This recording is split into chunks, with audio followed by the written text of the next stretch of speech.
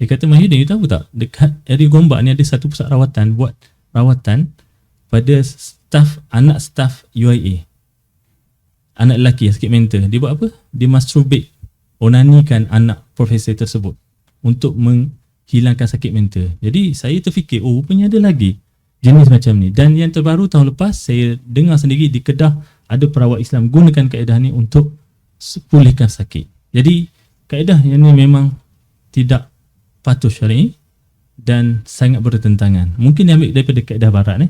Kecelaruan jantina, gay, lesbian daripada sakit mental. Dulu kata sakit mental, sekarang tak. Gay, lesbian, LGBT adalah normal. Bukan sakit mental. Jadi sebab itulah dalam penerimaan apa-apa saja dari barat, kita kena tapis melalui kacamata syarak.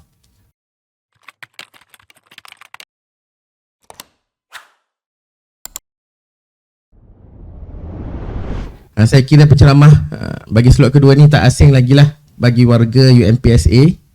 Tapi izinkan saya untuk berkongsi sedikit biodata beliau. Nama penuh beliau ialah Mahyudin bin Ismail. Latar belakang pendidikan beliau, pada tahun 2001 beliau menyambung ijazah sarjana muda Undang-Undang Kepujian di Universiti Islam Antarabangsa Malaysia. Kemudian beliau menyambung ijazah sarjana Undang-Undang Perbandingan di universiti yang sama, iaitu UIAM. Seterusnya pada tahun 2010 beliau telah menamatkan pengajian ijazah Doktor Falsafah PhD Undang-Undang di Universiti Kebangsaan Malaysia. Dan tesis kajian PhD beliau adalah berkenaan dengan penggunaan ilmu sihir dalam kegiatan jenayah di Malaysia. Dari sudut kepakaran dan pengalaman, Profesor Madya Dr. Mahyudin merupakan pengurusi panel penilai Malaysian Qualification Agency MQA bagi program Diploma Pengubatan Islam. Beliau juga merupakan pengerusi bersama Jawatankuasa Mengkaji Undang-Undang Jenayah Sihir Malaysia, Jabatan Kemajuan Islam Malaysia JAKIM. Beliau juga merupakan salah seorang panel penggubal Undang-Undang Murtad Negeri Selangor. Beliau juga merupakan ahli Jawatankuasa Mesyuarat Penggubalan Garis Panduan Pengubatan Islam, Bahagian Perubatan Tradisional dan Komplementari BPTK, Kementerian Kesihatan Malaysia. Dan banyak lagi lah, kalau nak diceritakan memang tidak cukup masa kita. Jadi sekarang beliau merupakan pensyarah kanan di Pusat Sains Kemanusiaan UMPSA. Itulah sedikit biodata ringkas mengenai penceramah kita selepas ini. Jadi untuk itu majlis dengan segala hormatnya menjemput yang berbahagia Profesor Madya Dr. Mahyudin bin Ismail bagi menyampaikan slot kedua yang bertajuk Pengaruh Syaitan dan Jin dalam Kesejahteraan Mental Manusia. Majlis dengan segala hormatnya mempersilakan.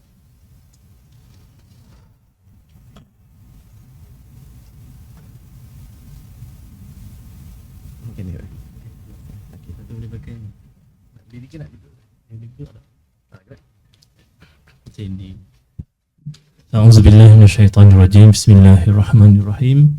Assalamualaikum warahmatullahi wabarakatuh. Alhamdulillahi rabbil alamin, wassalatu wassalamu ala asyrafil anbiya'i wal mursalin sayyidina wa maulana Muhammad wa ala alihi wa sahbihi ajma'in. Qala rabbi shrah li sadri wa yassir li amri wa ahlul 'uqdatam min lisani yafqahu qawli. Rabbana zidna ilma warzuqna fahma. Allahumma nawwir qulubana binuri hidayatik kama nawwartal arda binuri syamsika abadan abada birahmatika ya arhamar rahimin. Terima kasih Tuan Pengurusi Majlis Ustaz Syahrul, yang saya kasihi Tuan Guru Syekh Dr. Haji Zahid Siddiq, guru saya. Yang saya hormati Pengarah Pusat Islam dan Pembangunan Insan UMPSA Prof. Madya Dr. Rashidi. Yang saya hormati juga panel Dr. Prof. Madya Dr. Nora binti Mak-Zin. Hari ini jumpa lagi. Dan hadirin hadirat sekalian, oleh kerana masa kita tak banyak, maka saya tak akan gunakan bahasa berbunga-bunga. Saya straightforward. Slide saya 26 slide saja. Saya cuba lajukan mungkin dalam masa 20 hingga 30 minit. Jadi kalau boleh minta anda para hadirin hadirat bersedia pasang seat belt sebab kita akan laju. Baik, dan kredit saya berikan pada tuan guru saya yang banyak mencurahkan ilmu limpahan ilmu sehingga banyak perkara-perkara yang saya kaji, dan tanpa menidakkan kepakaran, kemahiran bidang-bidang lain terutama bahagian sekretari perubatan moden, maka saya bawa pendekatan dari sudut pengubatan Islam. Baik. Dia ada perbezaan istilah perubatan Islam dan pengubatan Islam, dan macam mana yang Prof Madia Dr. Nora sebut tadi, betul mana-mana perubatan yang tidak bercanggah dengan akidah dan syariah itu perubatan Islam. Tapi pengubatan Islam khusus tentang apa-apa saja cara yang bersumber yang menggunakan ayat Al-Quran, hadis Nabi dan juga amalan para ulama. Itu khusus namakan pengubatan Islam dan telah termaktub dalam Akta Perubatan Tradisional dan Komplementari 2016. Clear itu pertama.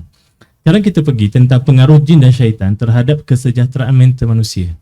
Tadi saya dengar Prof Nora dan bercerita, dan saya bawa juga satu dimensi baru. Mungkin kita boleh bridging tentang perkara ni sebab Prof Hatta Syahrum pun dulu sama. Masa saya duduk satu pentas dengan beliau pun kata kita perlu ada satu jambatan untuk menghubungkan perkara ni. Okay. Pertama sekali ialah saya akan bawa 4 soalan saja. Yang pertama sekali, adakah syaitan boleh menyebabkan gangguan pada fizikal dan mental manusia? Bukan setakat fizikal, mental, emosi, perasaan, hubungan rumah tangga, kediaman dan sebagainya. Tapi saya akan fokus kepada perkara ni saja. Yang pertama sekali ialah gangguan syaitan pada fizikal.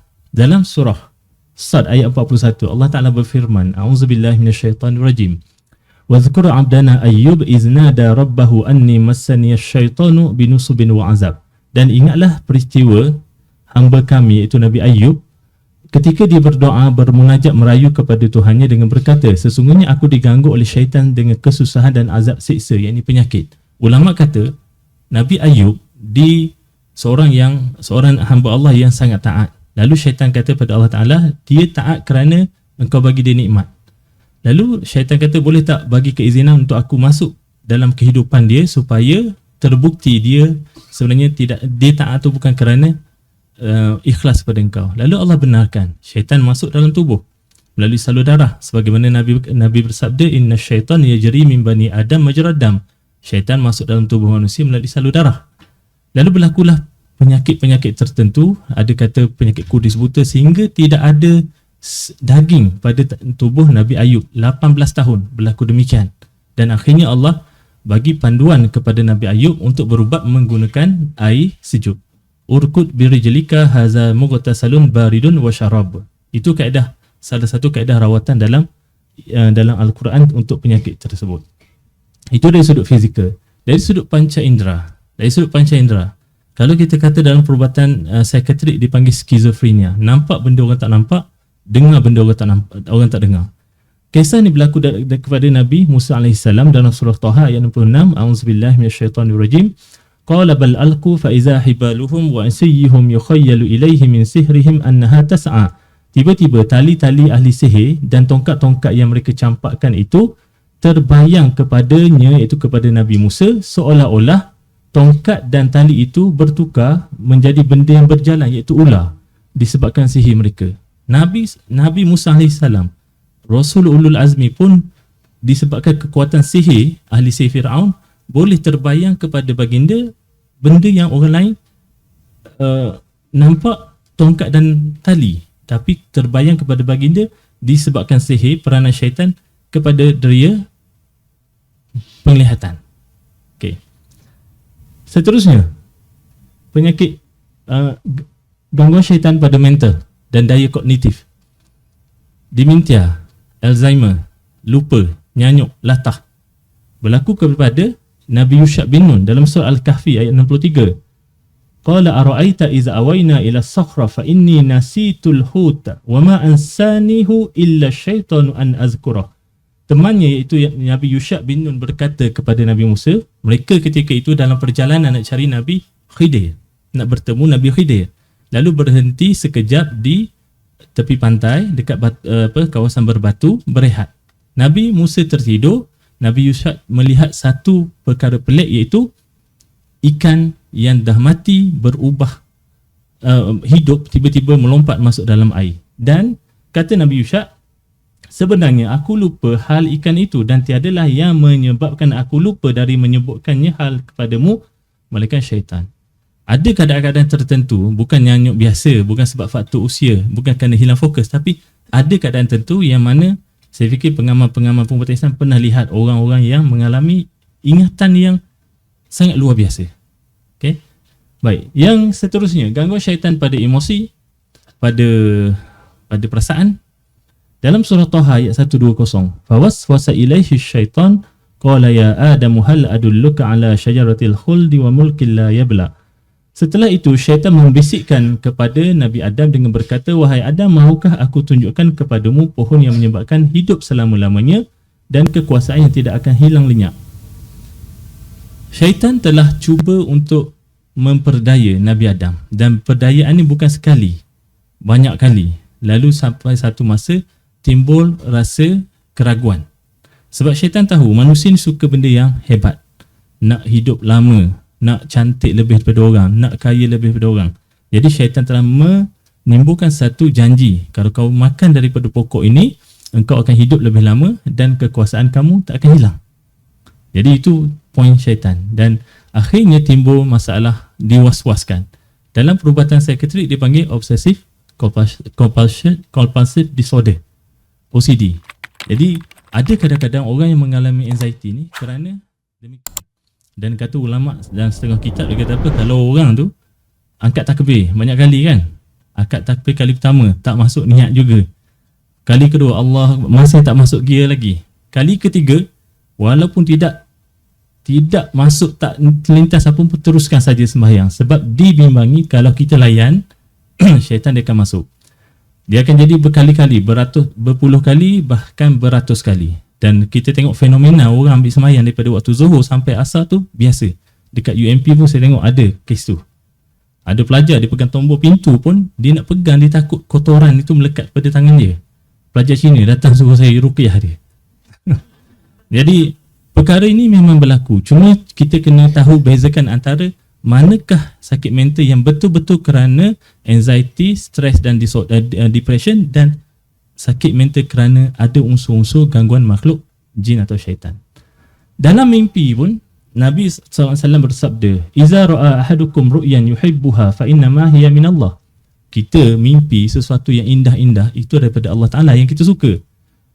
Falyahmadillah alaihi walyahdus biha wa iza ra'a ghaira zalik mimma yakrah. Kalau seorang tu mimpi sesuatu yang dia tak suka, yang dia benci, fa innama hiya minasyaitan, itu daripada syaitan. Maknanya syaitan pun boleh masuk dalam mimpi kita. Istilah kalau orang barat dia kata subconscious mind. Subconscious mind, sebenarnya perkara ini telah diterangkan oleh Syekh Izzuddin Abdul Salam bahawa manusia ni ada dua roh. Pertama ruhul yaqazah, yang kedua ruhul hayat. Ruhul yaqazah inilah yang keluar semasa seorang tu tidur, dan itulah yang mana mereka melihat dalam mimpi-mimpi mereka. Dan biasa ruh yaqazah ni kadang-kadang diganggu oleh syaitan.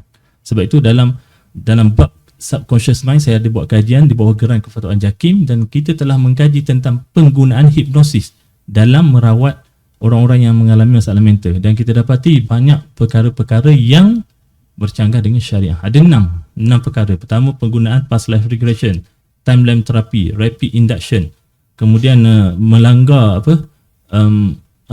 maqasid syariah. Yang ketiga itu hifzul aqli, ada unsur khawariqul adah, dan satu lagi saya lupa lupa sebab laju. Baik, itu yang soalan-soalannya. Soalan pertama, maknanya saya boleh buat kesimpulan bahawa di sana kita tidak boleh menolak bahawa adanya pengaruh jin dan syaitan terhadap kehidupan manusia. Kita lihat soalan nombor 2. Apakah pendapat ulama berkaitan gangguan jin dan syaitan kepada manusia?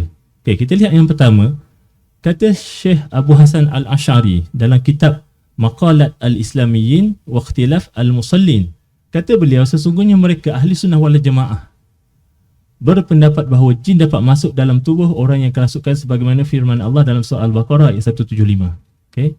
Disebabkan tubuh jin itu halus, maka ia mampu masuk dalam tubuh manusia melalui lubang-lubang pori sebagaimana air dan makanan boleh menyerap masuk dalam perut manusia. Sedangkan makanan dan minuman lebih kasar dari jasad jin. Bahkan janin yang ada dalam perut seorang ibu lebih kasar tubuhnya dari jasad syaitan. Maka adalah tidak mustahil jin dan syaitan dapat masuk dalam tubuh manusia. Itu yang pertama. Yang kedua, kata Ibn Taymiyah dalam kitab Majmu'ah Fatawa, wujudul jin sabit bi kitabillah. Wujud jin itu memang telah ternyata dalam Al-Quran dan Sunnah Rasul, dan juga ittifaq imam-imam ulama, dan juga wa kazalika dukhulul jin fi badanil insan, dan juga masuknya jin dalam badan manusia, ittifaq ulama. Quran ada kata, hadis ada kata. Jadi dan kata Syekh Ibn Taymiyah, dia kata apa? Walaisa fi a'immatil muslimin ma yunkir dukhul jin fi badanil masrur wa ghairi. Dan tidak ada pun di kalangan imam-imam ulama dalam kalangan orang muslim yang menafikan masuknya jin dalam badan orang yang kerasukan. Wa man ankara zalik, siapa yang menafikan, wadda'a anna syar'a yukzibu zalik, dan mengatakan syarak itu menipu atau berdusta, faqad kazaba 'ala syar'i, sesungguhnya dia telah melakukan pendustaan kepada hukum, kepada syarak. Walaysa fil adillah syar'iyyah ma yanfi zalik.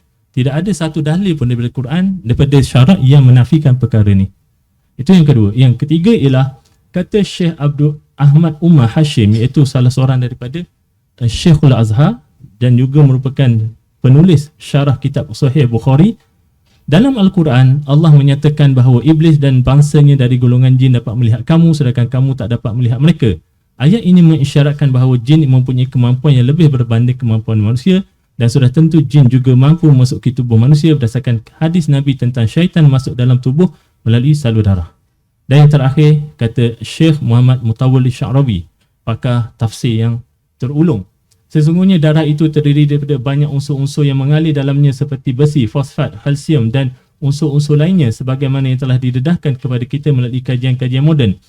Bahkan mikrob dan kuman-kuman yang merupakan bentuk berjisim boleh menembusi kulit dan masuk dalam tubuh, dalam darah, dan hidup dalamnya serta membiak sehingga menjadi banyak, dan akhirnya terjadilah peperangan antara kuman-kuman tersebut dengan sel darah putih. Sedangkan syaitan tidak berjisim dan berbentuk lebih halus daripada kuman. Jadi saya rasa dengan dua soalan yang telah dijawab melalui daripada Quran, Sunnah dan pendapat ulama, saya rasa tiba masa kita kena pertimbangkan.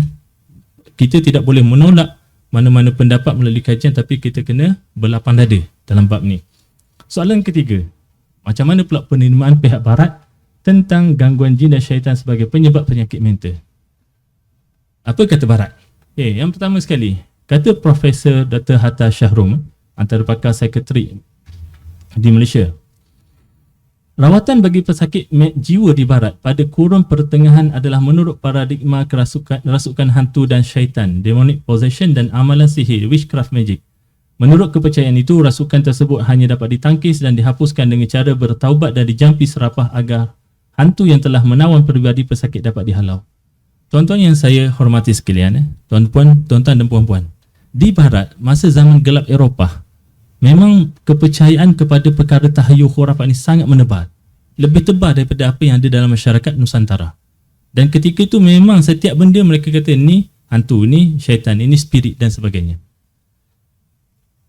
Tapi kata Prof lagi, psikiatrik barat mula berkembang sekitar kurun ke-18 dan ke-19 apabila mereka meninggalkan alam tahyul dan kefahaman sosio-spiritual yang sempit.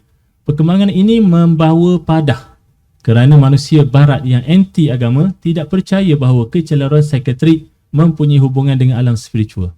Masa inilah sebenarnya, masa zaman Renaissance ni bermulanya gerakan sekularisme, memisahkan antara kepercayaan agama spiritual ini dengan kehidupan manusia.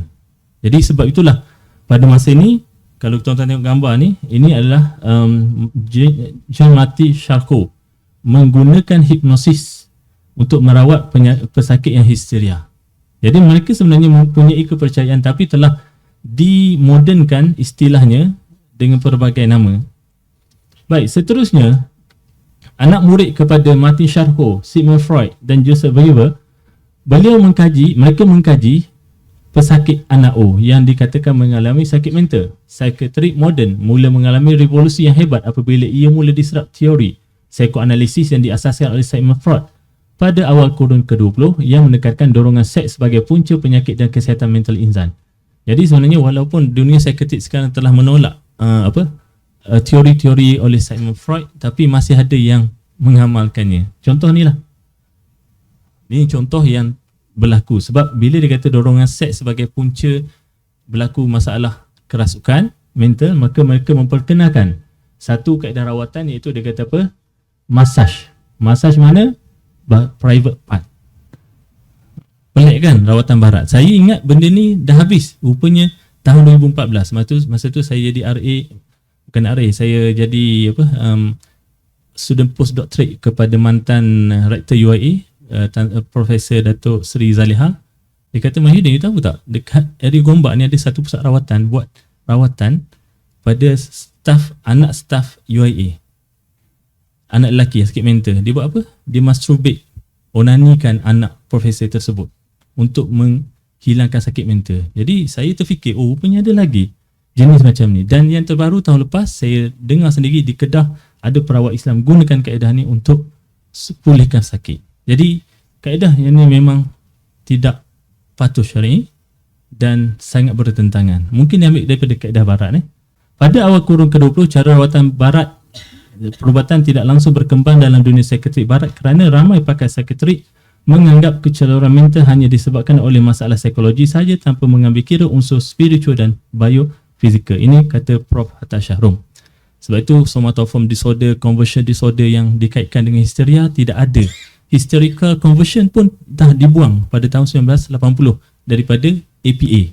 Kalau tuan-tuan tengok dalam DSM-5, ICD-10 pun senarai-senarai itu dah tak ada. Bahkan mereka juga mengeluarkan kecelaruan jantina, gay, lesbian daripada sakit mental. Dulu kata sakit mental, sekarang tak. Gay, lesbian, LGBT adalah normal, bukan sakit mental. Jadi sebab itulah dalam penerimaan apa-apa sahaja dari barat, kita kena tapis melalui kacamata syarak. Soalan keempat, adakah terdapat perbezaan antara penyakit mental dan penyakit gangguan jin? Ini sangat menarik. Dan ilmu ni saya dapat khusus daripada Syekh Tuan Guru Dr. Jahid tentang bagaimana nak bezakan orang tu walaupun zahir nampak macam orang kena rasuk, kena gangguan jin, tapi sebenarnya sakit mental. Jadi nanti mungkin slot lepas ni Tuan Guru, kalau saya salah tolong betulkan. Yang pertama sekali ialah tidur. Orang yang ada sakit mental kerana memang disebabkan anxiety ke, depression ke, ataupun stres, dia ada masalah tiga-tiga ni. Kalau ada tiga-tiga ni, maknanya dia bukan sakit mental kerana jin. Walaupun nampak macam zahir, nampak macam orang kena rasuk. Yang pertama, pesakit itu tidak dapat tidur lebih dari 3 hari.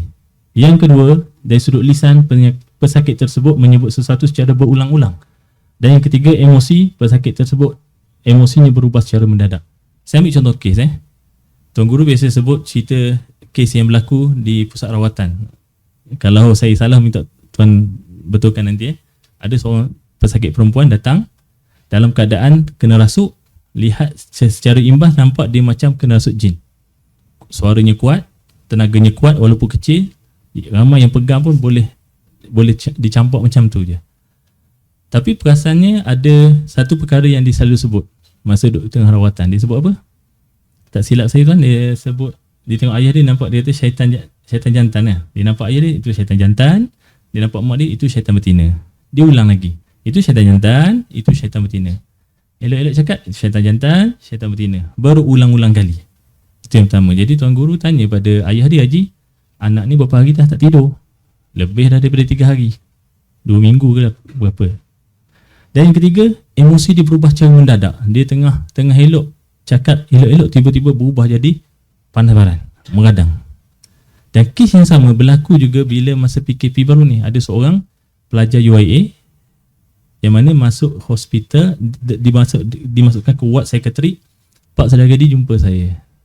Dia kata, Ustaz tolonglah sebabnya anak saudara saya ni macam kena rasuk, meronta-ronta dan sebagainya. Saya tanya 3 perkara ni lah. Ada tak dia sebut sesuatu yang berulang-ulang? Dia kata ada, dia buat assignment. Kejap assignment. Masa PKP. Yang kedua, berapa hari dah anak saudara tak tidur? Dia kata lebih dah 3 minggu tak tidur.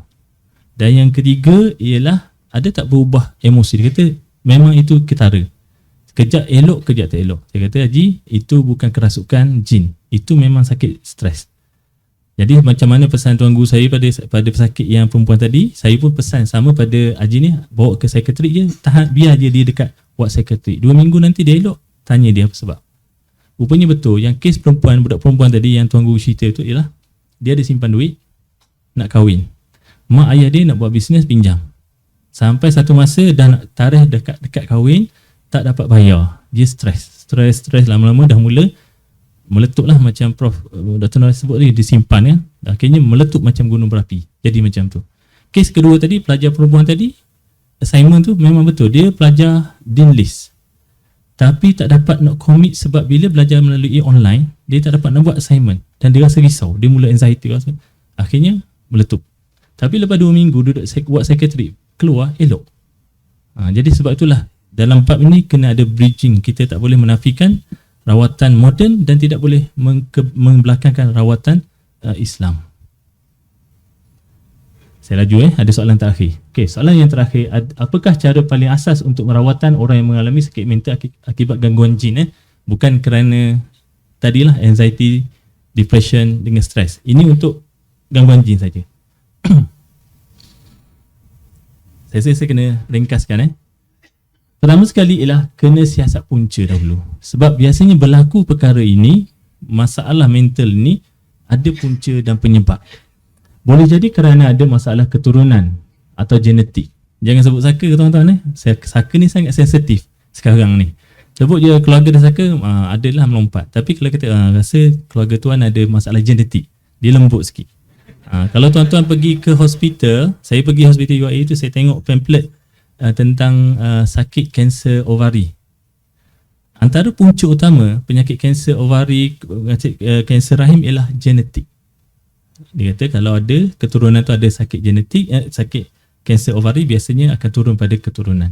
Dan tak mustahil perkara DNA ini adalah suatu yang diketahui dan dikuasai oleh syaitan. Sebab Nabi kata syaitan berlari dalam salur darah anak Adam. Benda tu boleh, tak mustahil dia tahu. Dan benda tu diwarisi darah. Yang kedua, amalan salah. Boleh jadi ada amalan-amalan tertentu yang diamalkan menyebabkan berlaku macam kata Prof tadi, gilising. Amalan tak betul tanpa panduan guru, benda yang tak patut syariah, memang dia akan makan diri. Ya, akhirnya jadi mental. Yang ketiga, boleh jadi kerana dia ni suka bomoh, simpan tangkal azimat, simpan barang berpuja dan sebagainya. Dan keempat, gangguan biasa, kencing tempat-tempat benda tu suka duduk dan benda tu datang kacau, menjema. Jadi dia dah mula rasa stres, rasa takut. Akhirnya jadi masalah mental dan akhirnya sihir. Yang ini biasanya last sekali dan saya tak galakkan sangat orang kata kalau kita merawat, awak ni kena buatan orang. Sebab dalam bab sihir adalah satu tuduhan. Bila tuduhan, maka kita kena ingat undang-undang mengatakan al-bayyinah 'alal mudda'i. Bukti atas orang yang menuduh. Kalau tuan-tuan kata Haji ni kena sihir, sebenarnya tuan-tuan telah menuduh seseorang menyihir Haji. Haji ni dia akan buat apa? Dia akan fikir siapa yang buat sihir. Dah mula jadi pergaduhan. Sebab itu dalam bab ni sihir ni kalau boleh biarlah yang terakhir. Setelah ada bukti, keterangan, barulah kita boleh kata sihir ini jadi punca kepada masalah. Lepas ada jumpa barang-barang, kalau ada masalah barang-barang yang berkaitan seperti barang kepunyaan nenek moyang dulu yang ada masalah, yang mana mereka tu ada berkawan, maka kena matikan. Dalilnya daripada surah Taha ayat 97, wanzur ila ilahikal ladzi zalta alaihi akifa lanuharriqannahu summa lanansifannahu fil yammi nasfa.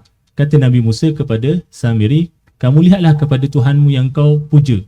Lembu Samiri tu, Samiri buat lembu melalui sihir dan mereka puja. Lalu Nabi Musa kata, aku akan bakar dan aku akan hancur, tabur sebutnya ke laut. Sebab tu sebahagian daripada cara rawatan ialah kena buang benda ni daripada premis pesakit. Dan yang ketiga, cara rawatan, cuba dapatkan rawatan daripada orang alim yang mursyid. Sebab kisah ni, kisah yang diriwayatkan oleh Abi Laila tentang seorang Arab yang mana saudaranya sakit lamam. Lamam ni mental tak stable, sakit otak. Lalu Nabi baca ayat-ayat ini dan sebahagian ayat ini adalah ayat manzil yang disandarkan dalam ayat manzil. Nabi baca surah Fatihah, 4 ayat daripada surah Al-Baqarah, ayat tengah dia, ayat kursi dan ayat daripada surah Ali Imran, ayat daripada surah Al-A'raf, ayat daripada surah Al-Mu'minin, ayat daripada surah Al-Jin, 10 ayat daripada surah Safat, 3 ayat daripada akhir surah Al-Hash, surah Al-Ikhlas, Al-Mu'awizatain. Dan kata Abi Laila, maka orang Arab tu yang sakit mental tu bangun qad baro'ah, sihat. Maknanya berkat bacaan yang Nabi baca itu boleh menyembuhkan sakit mental. Maknanya ikhtiar tu perlu ada, tapi dengan syarat perlu daripada orang alim yang mursyid. Macam kata Prof tadi, ada orang merawat dengan spiritual tapi dia sendiri tak setakat baca je, tidak mendalami dari sudut kerohanian. Jadi sebab itulah pentingnya orang alim tu mursyid. Okay? Dan yang terakhirnya ialah kita amalkan zikrullah, sebab dalam Quran pun disebut allazina amanu wa tatma'innu qulubuhum bi zikrillah ala bi zikrillahi tatma'innul qulub. Orang yang beriman, tenang tenteram hati mereka dengan zikrullah. Ketahui dengan zikrullah itu tenang tenteramlah hati manusia. Dia bukan zikir macam biasa, zikir darajat, subhanallah, alhamdulillah, Allah akbar. Itu zikir darajat, zikir hasanat. Dia ada satu lagi iaitu zikir darajat yang biasanya diamalkan oleh golongan sufi. Sebab itulah kalau betul-betul rasa nak tenang hati, walaupun kita dah amal zikir biasa tapi tak tenang, sebenarnya kita masih dalam peringkat zikir hasanat, belum zikir darajat. Ini disebut dalam kitab Sabilul Muhtadin, karangan Syekh Abdul Samad Pandimangi. Kena ada amalan zikir darajat, barulah betul-betul benda tu sampai kepada hati. Itu sebetulnya spiritual. Baik, cuma yang terakhir, slide terakhir ialah kita duk sibuk tentang sakit mental. Orang sakit mental, orang gila, orang tak waras. Tapi kita tak sedar bahawa ada satu penyakit yang lebih bahaya dari sakit mental, iaitu apa? Allah Ta'ala berfirman, walaqad zara'na li jahannama katsiran minal jinni wal ins lahum qulubun la yafqahuna biha wa lahum a'yunun la yubsiruna biha wa lahum azanun la yasma'una biha ulaika kal an'am bal hum adall ulaika humul ghafilun. Sesungguhnya kami jadikan neraka jahanam banyak dari kalangan jin dan manusia, yang mana mereka bukan cerita pasal mental, tapi mereka ada hati tapi tak mahu memahami ayat Allah. Ada mata tapi tak nak lihat dengan bukti keesanan Allah, dan ada telinga tapi tak nak dengar ajaran dan nasihat. Mereka itu seperti binatang ternak, bahkan lebih sesat lagi, mereka itulah orang yang lalai. Kita bimbang sebab orang sakit mental, orang gila, dia setakat dunia je. Bila hilang kewarasan, taklif tak ada, dosa pahala dah tak dikira. Itu untungnya mereka walaupun sakit mental. Tapi kita yang mental masih ada tapi hati kita, qulubun ni masih ada tapi tak nak cuba hidupkan, tak nak melihat ayat-ayat Allah, tak nak dengar ayat Allah, itu lebih bahaya daripada sakit mental. Wallahu a'lam bissawab. Berapa minit lebih kurang 25 minit. Sepatutnya sejam 20 minit dengan gear 6 non-stop. Jadi saya setakat tu sajalah pembentangan saya, sebab saya fikir laluan yang lebih besar saya berikan pada Tuan Guru, sebab banyak kalam-kalam hikmah daripada beliau. Saya mohon maaf atas kekurangan. Saya sudahi dengan wabillahi taufiq wal hidayah. Assalamualaikum warahmatullahi wabarakatuh.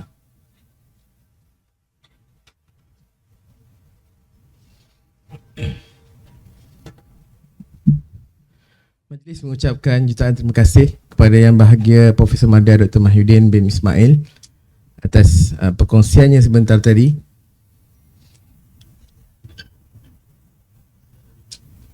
Majlis mengalu-alukan kepulangan Profesor Madar Dr. Nora. Terima kasih atas kesudian menyampaikan perkongsian, insya-Allah.